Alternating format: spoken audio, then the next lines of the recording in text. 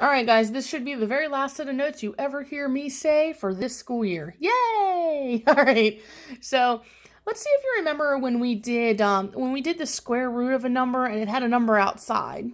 Do you remember what we did? Well, the concept's going to be the same here. So if you'd like to pause the video and try the two examples and see how you do without me, go for it. And then unpause the video and check your answers with mine. So I'll give you a minute to do that. Okay, so let's see how you did. So the square root of 40 is not a perfect square. So I'm going to do 4 and 10, 2 and 2, and 2 and 5. So I have 2, 2, 2, 5. I'm going to circle my pair. I only have one pair, so that's the only number that's going to go outside. And then I have the 2 leftovers, which is going to be the square root of 10. I'm going to go ahead and throw that in there because I know that I'm going to have that inside. I also know that I have this negative here. So I know that I'm going to have an I in my answer.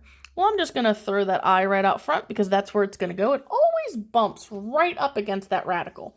It never goes in the very, very front. It never goes in the very, very back. It just bumps up right in front of that radical. It is not, once again, do not select the radical that looks like that and put the I in there. That's not right. It's the one that just looks like this. So when you circle your pairs, we have a 2. And then we already have this 3 on the outside. So we're actually going to multiply the two numbers. If you already have a number outside, whatever new number you take out, you're going to multiply. So 2 times 3 is 6.